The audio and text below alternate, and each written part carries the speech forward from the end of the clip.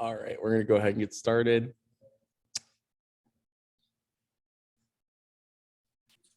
Okay, before we get going on a little bit of review for exam 3, I want to talk to you guys just a little bit about the layout of what it's gonna look like. You're gonna receive the exam next Monday, right at the beginning of class. There'll be both paper form as well as it will be posted on online as well on the module section. Go ahead and you can either, if you want to just print it off at home, that's fine too. I'll have copies of here.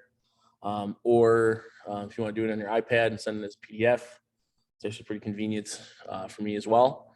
So you can go ahead and do that. You'll have a week. It'll be due at 10:10. Start class 1 week later. I would not be intimidated that it is a take-home exam. I'm hoping not to provide the nightmare that you usually have with a take-home exam. But the breakdown, there's not going to be any multiple choice or matching. The first 150 points are going to be sort of standard short answer questions. And they're going to range from 20 to 40 points total. They're going to be designed very much like the ones that I've had before, where there's multiple parts. So you get 5 points and then another 15 points, etc. And then the last 50 points is going to be sort of what I hope are sort of free points for all of you. And then it'll be a sort of 2-page summary of a paper that I'll give you to read. And then I want to get sort of your opinion on that. So I would say, in terms of the time that maybe you should budget for, I was telling people before we got started, probably, I would say one strong afternoon. So I don't anticipate that it's going to take you like full-time work for a full week. And if it takes that long, please don't do that.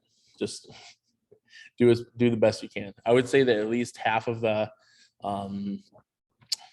short answer questions are going to be something that you can look at the slides and the Patrick book and be able to come up with a pretty good answer. I would say the last bit of that is going to be pretty reach type questions. I'm going to give you sort of a scenario or represent a new enzyme, new metabolic enzyme, for example, and say, here's how the mechanism works. How do you anticipate a certain type of inhibitor would bind, right? Or maybe something along the lines of what would you expect if you don't have a certain component of it, or things of that nature. So what I would say about the review is the first thing that I would say is we'll go through the slides today. I think that's a good use of time. I think that usually helps you guys quite a bit. But then next time what we'll do is we'll cover what I would say are a little bit more in-depth metabolism questions. So the metabolism questions are not going to be sort of just one transformation that happens. I'm going to say that you put a drug in to the body and you came out with some metabolites, right? So maybe a bigger molecule split into 2 molecules that now have sort of functionalizations that have happened to them. This is a 20-point question, by the way. And you'll have to rationalize where each of the metabolites came from. That's one area that I think I do want to practice with you guys. The rest of it, I would say you can pull a lot from both the lectures as well as the slides and the Patrick book. The only thing, I'll double check on this, but the only thing that I believe is off limits for this is primary literature. So you can't go to the Journal of Medicinal Chemistry and go look up, exactly where I got the paper, and I'll know, because you'll give potentially too intelligent of an answer. I really want to know that you thought about it, how you thought about it, etc. If you nail the answer, I might follow up with a conversation with you just to make sure you knew what you're talking about. No one so far on this exam has ever given me verbatim what's on what's in a paper. So, but I think you guys have the tools to answer the questions that you need to. Are there any general questions about that before I move into the slides?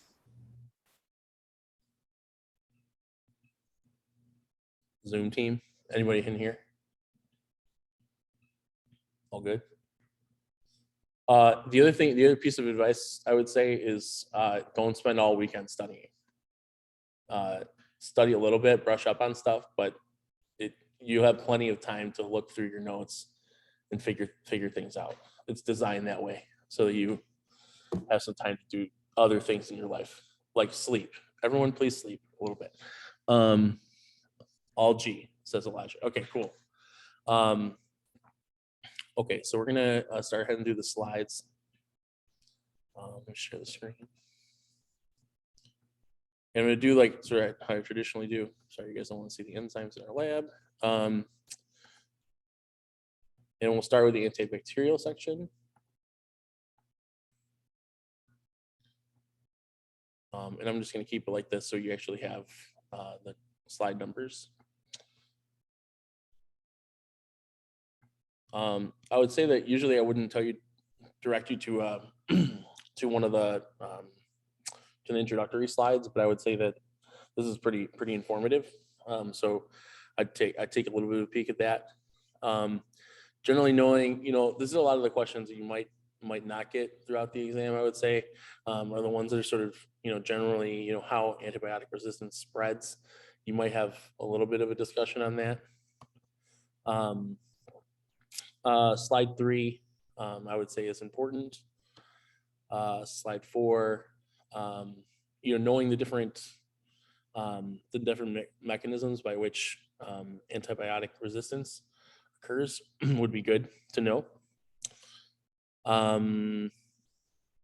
Yeah, and generally speaking, right, how it continues to spread is important. Sort of how genetic materials are taken from, from one host to another.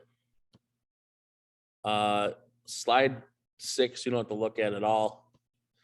Slide 7,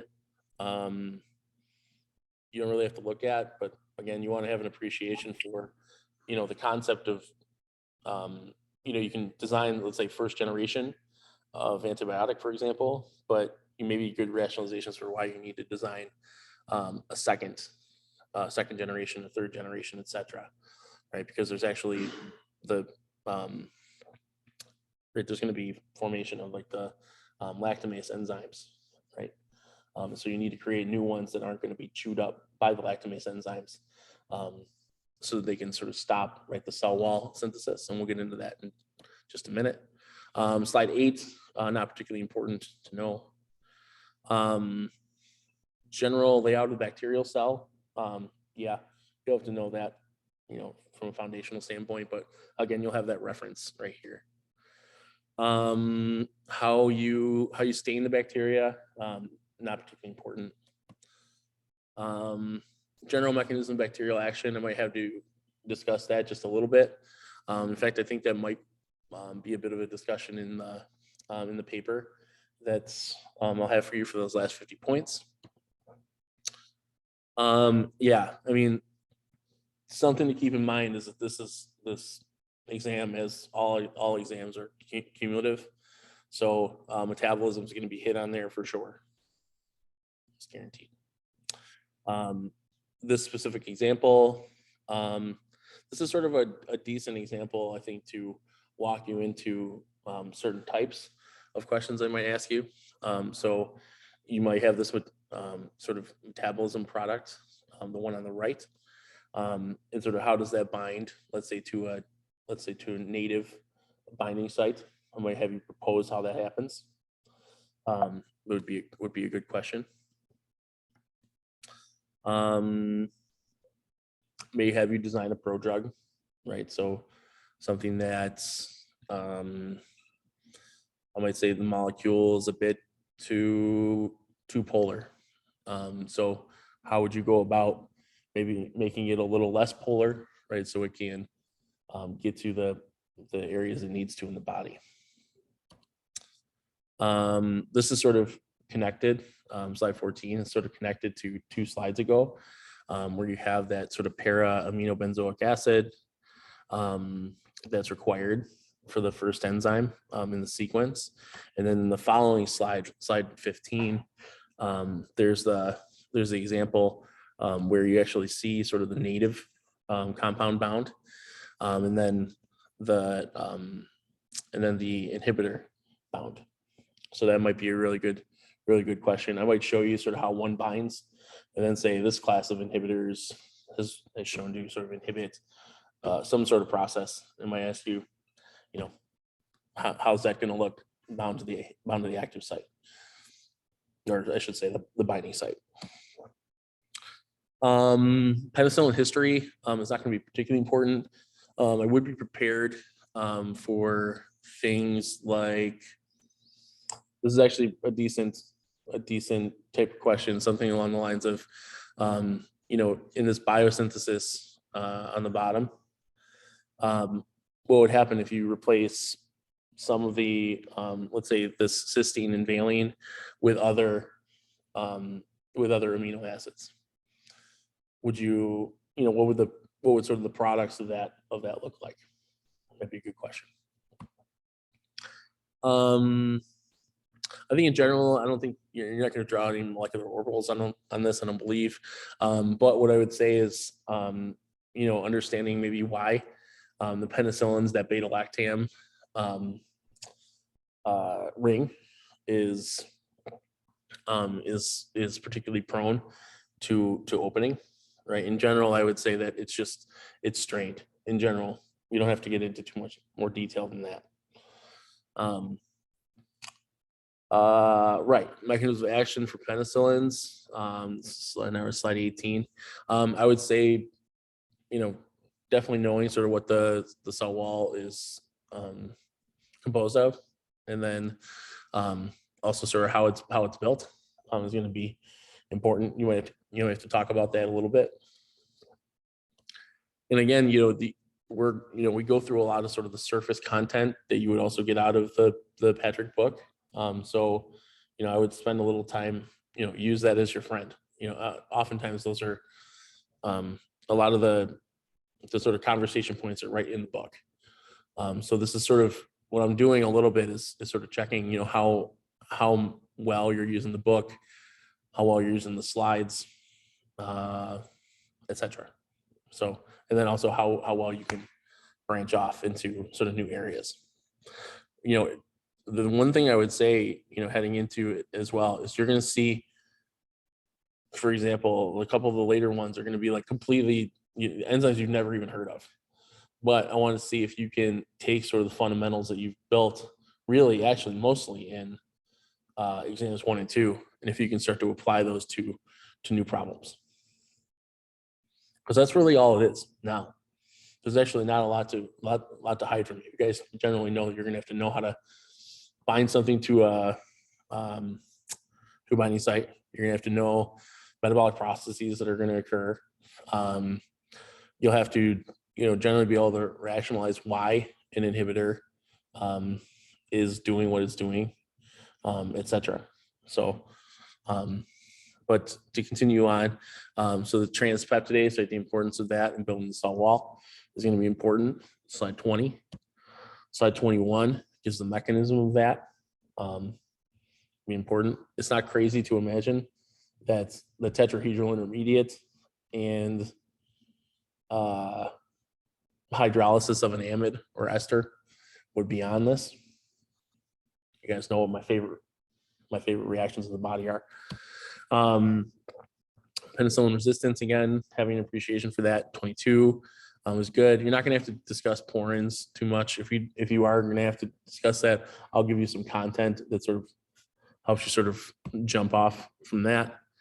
Yeah, again, 23, that gets you to the point where you're talking a little bit about sort of the right, the breaking of those that sort of beta lactamases. 24 would be important. I don't think that's something you have to study for too much. You have pretty much what you need there.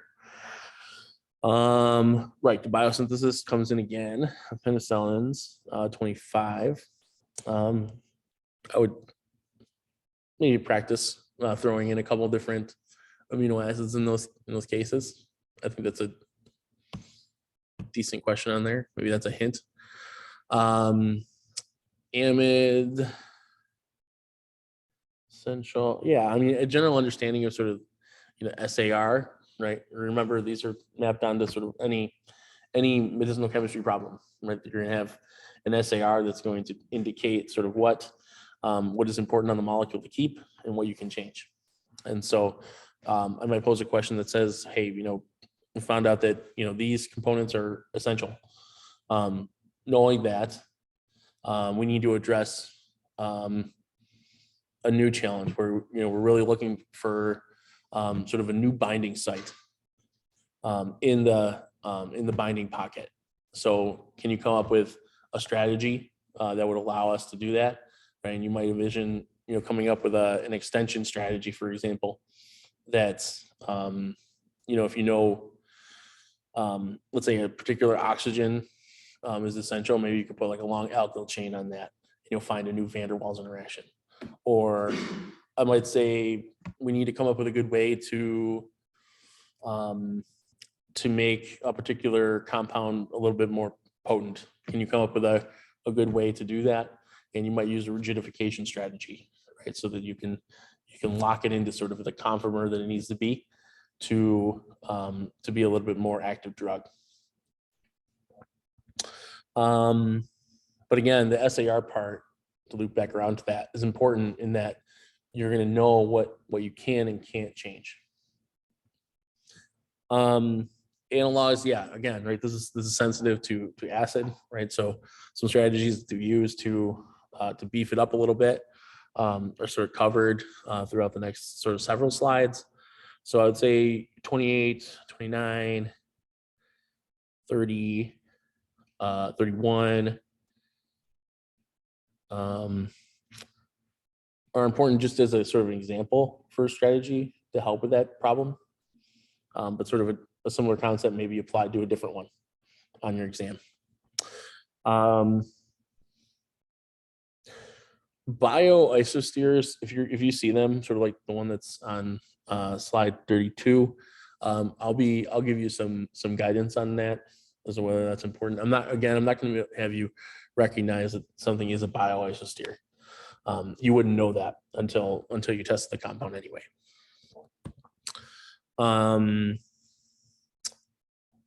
Broad spectrum drugs in general. Wouldn't worry too much about it, but you have the slide here if you do need it.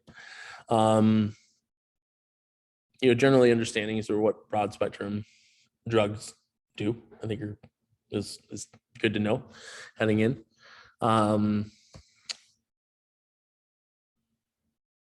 Yeah, so you have a little bit more sort of content, right? The whole penicillin story really throughout here is pretty important. Just, if you're sort of doing some light reading over the weekend, I would maybe do that sort of to see sort of the different angles that's been attacked from medicinal chemists. I think it's a good idea to take a look at that. Definitely a worthwhile story. That goes on into sort of 36, right? We stay on that for a bit. 37 as well. Remember, one key thing is that if you're going to propose any analogs of compounds, to make sure that you're not proposing new stereocenters. Okay, because where I'll hit you on this is, you guys now know that, right? You have a stereocenter, right, that points towards you, right, versus away from you. Hydroxyl groups, right? They're not going to bind to the same in a binding site, right? So when you draw just the straight when you draw just sort of the straight line that sort of accounts for both of them, I'm going to say, well, only 50% of the drug might bind. So what are you going to do about that? So you lose like half a point on that, something like that. So make sure you're doing that. Also, make sure you're proposing. We now know, right? When for example, when P450, right, hits sort of the spot like adjacent to a nitrogen or oxygen, that thing falls apart. So make sure to not propose, like if I ask for an SAR series, make sure to not propose intermediate or compounds that have that moiety in it. Right, you have like an O carbon nitrogen. I'm going to tell you that's unstable. In fact, a lot of you guys got that already, but you'll get hit a little harder on this one because you have the book and all the other components. Cephalosporins, similar deal, right? 39, 40, 41. The specifics about sort of, their activity and things like that are likely not going to come up. It's maybe a little too specific. Again, you have the SAR's assessment of that in 42. 43, yeah, getting an appreciation for what the sort of first generation looks like, second generation, etc., would be good. But sort of a lot of the specifics affiliated with these are likely not going to be on there. What I would say is for the penicillins and the cephalosporins, they're not going to be, I think a lot of them are not like reach questions. They're more sort of in the easier short answer questions. Maybe recall something and then ask you sort of a subsequent question about it. But the real sort of reach question, I'm not going to have you design like a first, second, third generation, etc. You know how to do that. I don't know how to do that. So I think it's, maybe important just to sort of understand what they did in each of these cases, the penicillins and the cephalosporins, to sort of optimize the drug over time. And I would give those two stories in particular a read in the Patrick book again, so you get a little more detail on that, sort of, especially in the SAR components. Those are definitely worth your time. Yeah, right. So 45, 46, 47, 48. Right, talks more about the cephalosporins. And again, I would go take a look at that in the Patrick book again. This is actually super great, like conceptual view of sort of, the cell wall synthesis on 49.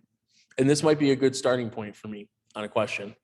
Like you might have like a 30-point question that looks just like this. And I'm going to say, okay, look, here's what the whole process looks like. There's a few different drugs that have been used to address certain challenges. And then I'll break it into sort of a bit of a story. So like part A is going to say, there's this racemase that takes L-ella to D-ella, right? That eventually can produce D-ella, which sort of continues sort of, the beginnings of the cell wall synthesis. And then I might ask you sort of a subsequent question about that. I could have you do sort of a whole bunch of things. Actually, a lot of what I do comes from like literally taking a hat of like concepts, shaking it up and picking three, and then trying to develop a question around those three. It's usually what I usually do. So it's, it's worked out pretty good. But yeah, it might go in a little more into depth. I might say like these are two sort of inhibitors of that particular racemase. And I might say, the D-cycloserine is an inhibitor. So how do you, can you design another, set that might be useful? Or I might say, how does it bind relative to D-alanine, something along those lines. I may say, hey, you know what? They tried D-cycloserine and that was pretty effective. But one of the challenges with it is it produced this metabolite. Please show me how that metabolite was produced and, how we can address that challenge. That's going to be the other sort of thing we'll talk about on Friday. Is now I'm going to have you say in certain positions you have, let's say, P450 oxidation, and then I'm going to say, okay, well, what's a good way to prevent P450 oxidation in that position? And one good way to do that would be to block it off, put methyls at that position, right? So now you don't have that activated site anymore. So I'm going to ask a little bit more sort of reach type questions.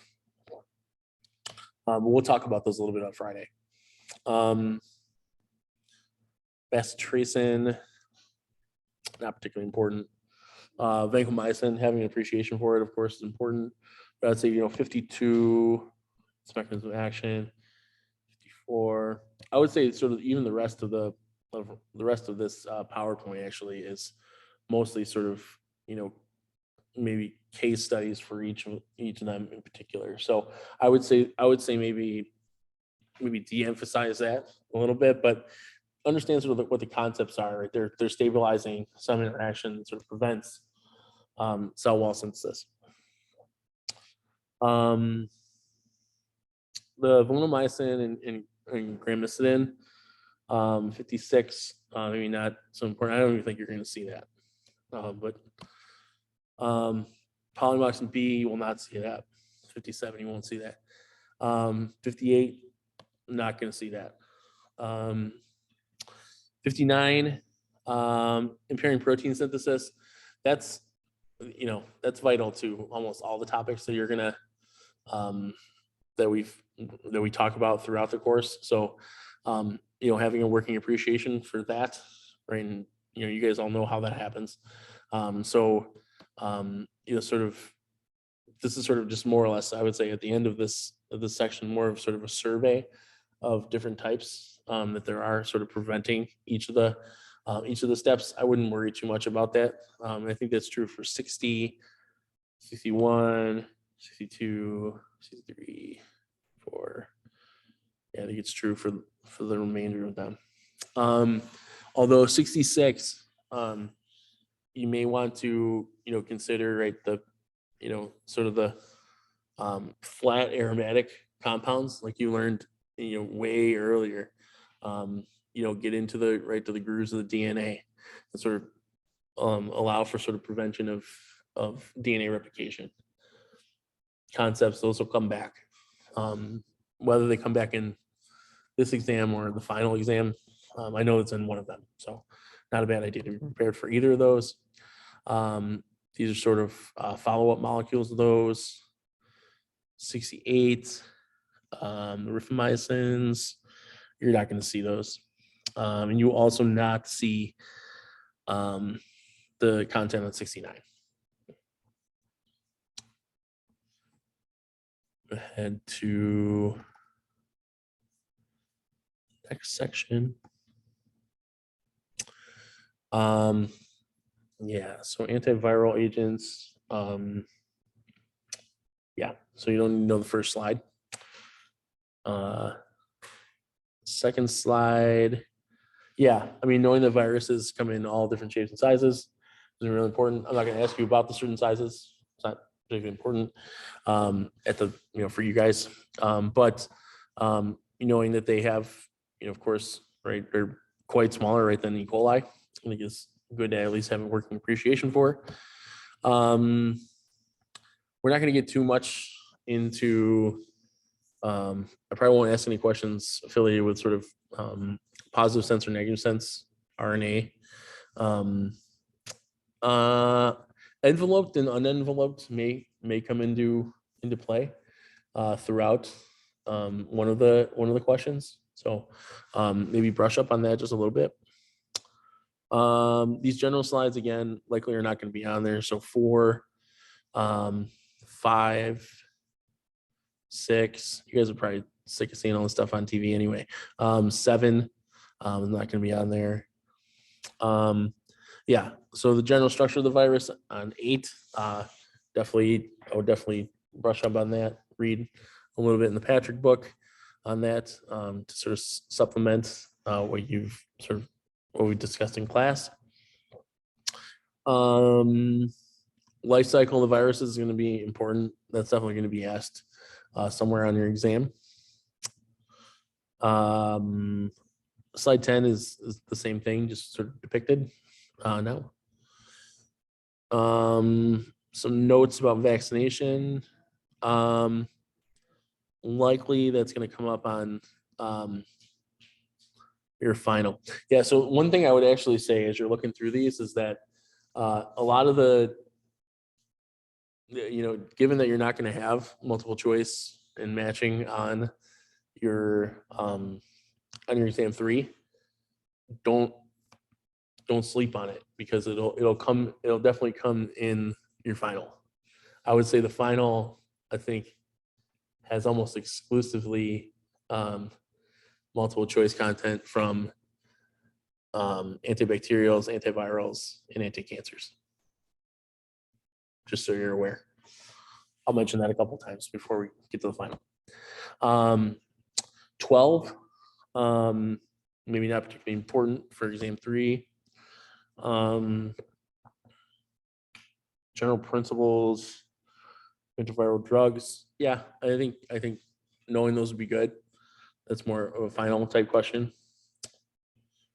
Yeah, right. So same gig, right? Same gig as it was in for the antibacterials, where you have so these inhibitors. Why are they inhibiting? What are they doing, etc. Right? So you have slide 14. That's worth going through in the Patrick book again. That also coincides with 15 as well.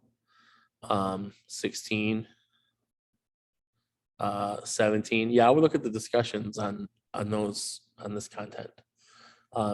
Just to give you a little bit more of a, just to get your brain thinking a little bit about how to design these things, what they're doing, etc.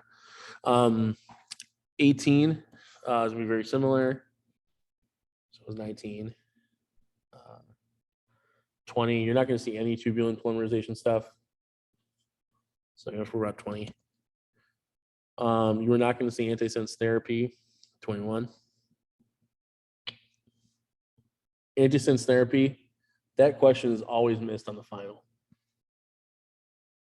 So, hint. Giving you 5 points to earn some more donuts. Anyway.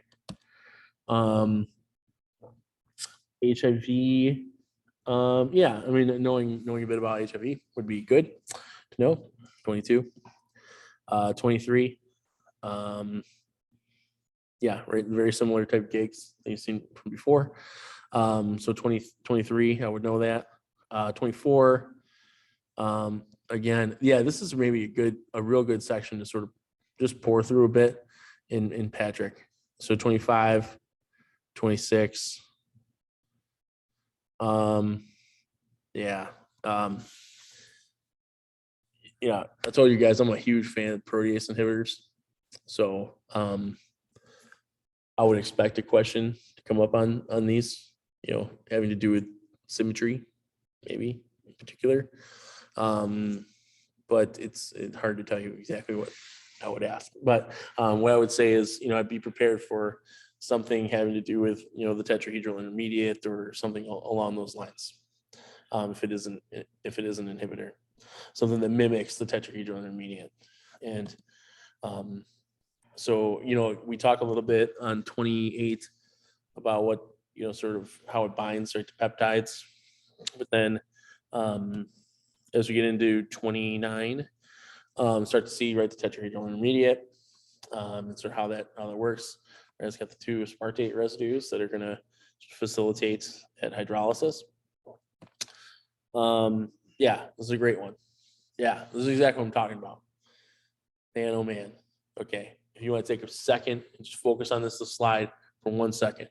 I know this is like a probably boring lecture, but anyway, on slide 30, this is a perfect example. If you propose this hydroxyethylene and you just give this straight line, see the straight line? The OH, it's a stereo center. So propose up or down. I don't care which one you do. But don't give that because it represents two molecules. Does that make sense? Can everyone, at least in this room, shake your head? I'm going to be looking at all your exams. Don't do it. I'm going to tell you, stop it. What? I'll take it. Yeah. It's a good strategy. Tanner shared that you could choose for two of your derivatives. You could have the up and then you could have the down one. That's fair. That's another one. That's okay. Yeah, right. This is a perfect type of example. of a good sort of proposed inhibitor, right? One that is up towards you, the hydroxyl group. 31, yeah, right. So yeah, again, right. This walks through a little bit sort of the development by all these. I'm not going to have you walk through, four generations of things or any type of development because that's a lot of that's by trial. So having a working appreciation for this is good. The symmetry stories are good. Again, I'd run through this again in Patrick. Just do a little bit of light reading. In fact, if you don't have time like over the weekend, right? Then some of you are working all weekend, apparently. Take like the first 2 days, I would say, and read those chapters a little bit. First 2 days of your exam, and then do the exam maybe a little later in the week once you got your mind, kind of in a good place to answer some questions. I know this is not the strategy anyone's going to use, but just throwing it out there. It's easier from my perspective. Anyway, yeah. Again, right, these are sort of more development ones. It's true for 35, true for 36, 37, 38, 39. There's a lot of this. 40, 41.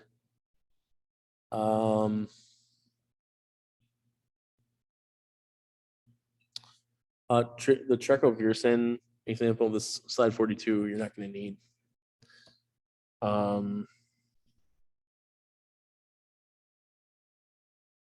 Oh, you know what? I didn't design a fusion inhibitor question.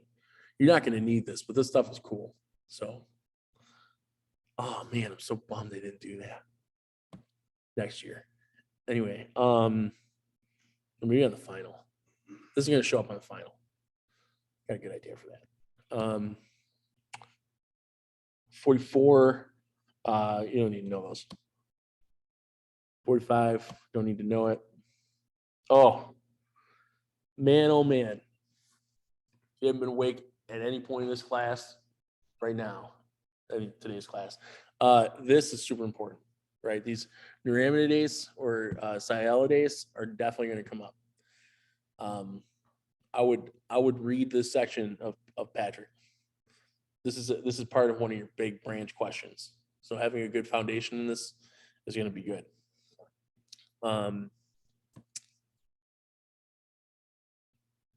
Yep, the general scheme, right, as to how the flu spreads, important. Getting a little bit into, I'm gonna have you. I'm likely gonna have you, look a little bit at sort of this. I want to give you a hint, but I don't. One thing that you're going to have to sort of rationalize is sometimes, this is actually one thing I would say, sometimes your inhibitors that you put in to the enzyme are not inhibiting in their static form. Okay, so what I mean by that, I mean like the way you draw it on the paper is not exactly how it's inhibiting the enzyme. Okay, so take into account when I say how does this inhibitor, affect, why is this inhibitor stronger than this one? Make sure you take into account the resonance structures of certain parts of the molecule. That's a huge hint. Use resonance. Use resonance. Everyone get that in this room? There's so few of you that I'm going directly to your exams. I love it. This is great. You guys are going to knock it out. You two Zoomers, so you know. Okay.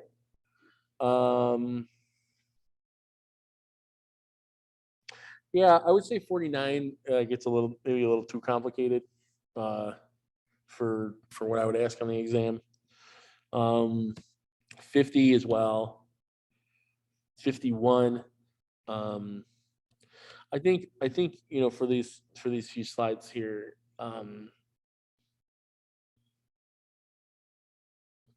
not particularly important. 53. Again, not particularly important. There's just a ton of derivatives. Maybe the one to get a really decent appreciation for is sort of how I would maybe look at sort of I guess the concept of what I'm trying to say the concept of like coming up with what sort of basic structure is you need to bind to the enzyme, but then also thinking about extension strategies actually become really important, right? Because remember they started sort of the core molecule and then they sort of walk it out to get to like these other spots. I think they're represented earlier as like S1 and S1 prime, etc. That sort of concept will come up a little bit on your exam. 55. Yeah, I mean the development of Tamiflu, right? That's pretty much all what this all built up to. Pretty cool, but probably nothing I'll ask you specifically. Same with 56. 57, the cold virus is not going to be on here at all. So that's 57, 58, 59. Right, will not be on there. So I think walking away from at least the sort of abbreviated review from today, what I would say is that you want to pick sort of the key points that I sort of mentioned throughout this, but then go back to the Patrick book and actually read that section. I think that it would benefit you a ton before you head into working on a lot of the exam. And definitely one thing I think that happens, this has happened now a couple of times in our class. You guys have been under a bit of time crunch in the previous exams, but like guys, put something in every space that I ask a question. Like it pains me to not even see anything. Just write something down. I might at times you might just say have a good day, and maybe I'll give you a point for that if you're struggling on the rest of the exam. So just write something down, right? Because it's all like free space to write down and try and get some points. So definitely do that. But really, I would say what I'm doing a lot of is taking multiple concepts, and I want to know that you can synthesize those concepts into useful proposals for people. I actually take a lot of the answers you guys come up with and actually share them with medicinal chemists that I know. Like, what do you guys think about this idea? I'm hoping you guys come up with a really cool, brilliant idea. And if you do and it works, then I'll let you know. And then you can become famous. It's real cool stuff. It's amazing at this point what I start to see out of everybody. So, I would say study intelligently for this one. Don't spend all weekend like just cramming in a book. Read through the sections, but you're gonna have plenty of time to do it. Cool. Next time I'll hit you with a couple like questions I'll actually go through. I want to see if I have some examples from last semester. If I gave some, if I do, I'll try and send those out today or tomorrow. But with that, good luck studying, and I'll see you again on Friday.